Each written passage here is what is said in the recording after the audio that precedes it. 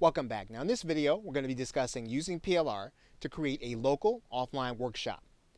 Now when you purchase PLR, you typically get the content at a wholesale or a distributor price.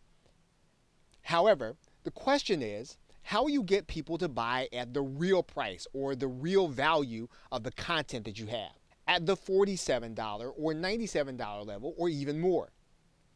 And one of the best ways to accomplish this is to use your PLR content to create a keynote or a workshop. Now in this case, what you're doing is you're relying on the PLR to fill gaps in your knowledge of the subject matter. You're also relying on the PLR to give you a head start in creating the presentation materials for your workshop or your talk.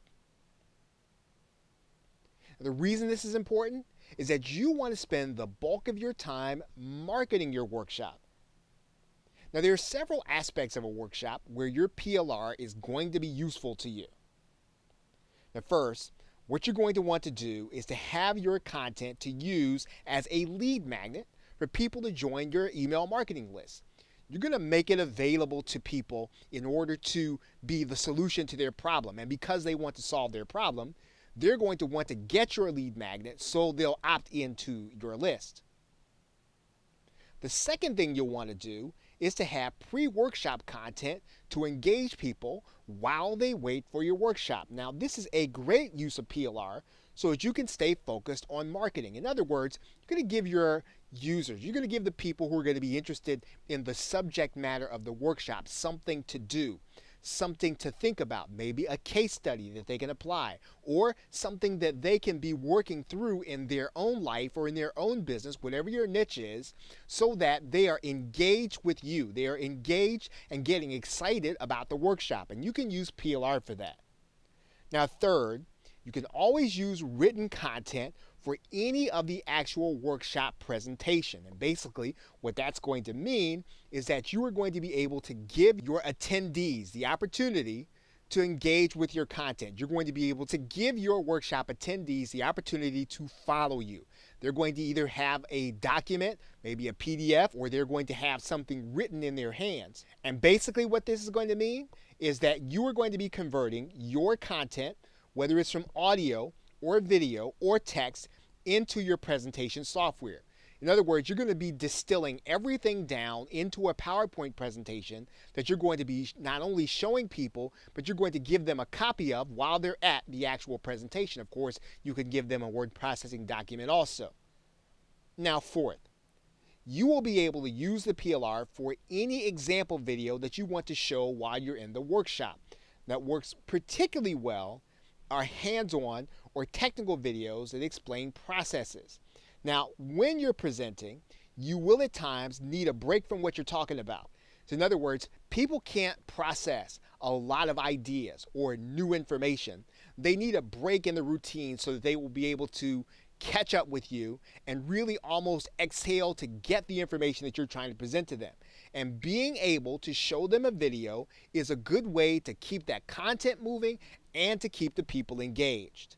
Now you can also use checklists that you get in PLR or mind maps. These are great giveaways as a reminder of your presentation, whether you give them out ahead of time, but definitely afterward. So you've already done the presentation, you've gone through several steps, and maybe it's going to be difficult for the people to remember what it is that you talked about.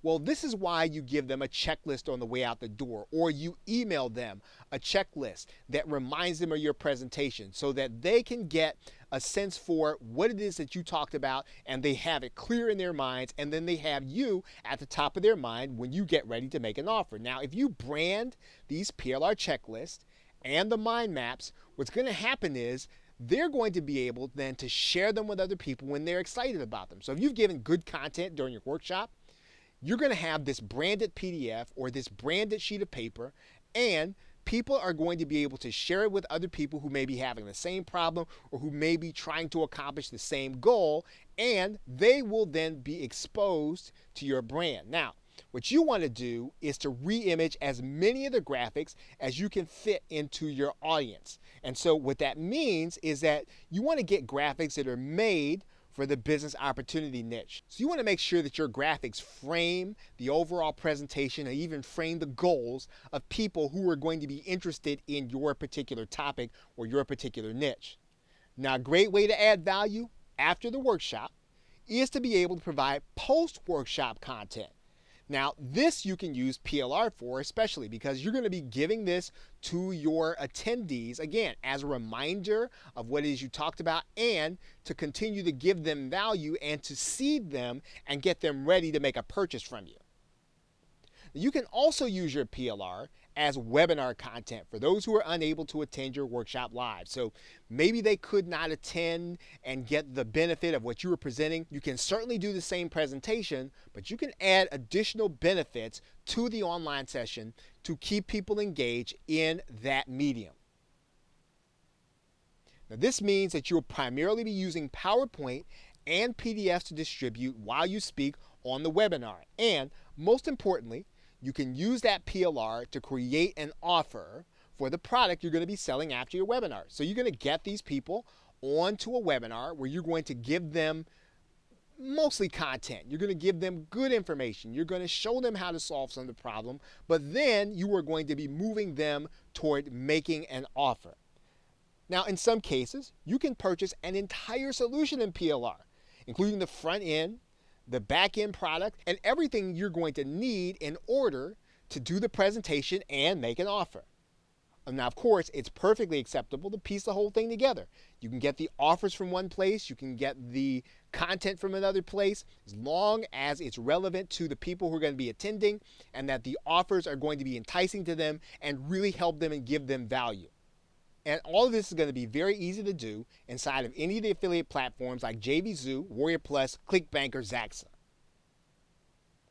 Now, all the same content can typically be used in the same context for small businesses if the graphics reflect what they'd be comfortable seeing. So you want to make sure that your graphics frame the presentation and frame the offer for small businesses, not necessarily for people who are in the business opportunity niche. And when you use PLR for your workshop, make sure to keep in mind the structure of your workshop. So that means that you're going to want to present part of the content and sell another part. So you've got a piece of PLR or you've got some content pieces. You want to look at that content in terms of which part are you going to present and which part is going to be the offer. Typically what you want to do is you want to tell them what to do in your presentation and then show them how to do it in your offer. That's an easy way to think of the break between how you structure the content or how you divvy it out to put in both offer and presentation. Okay, so with that, thanks, and I will see you in another video.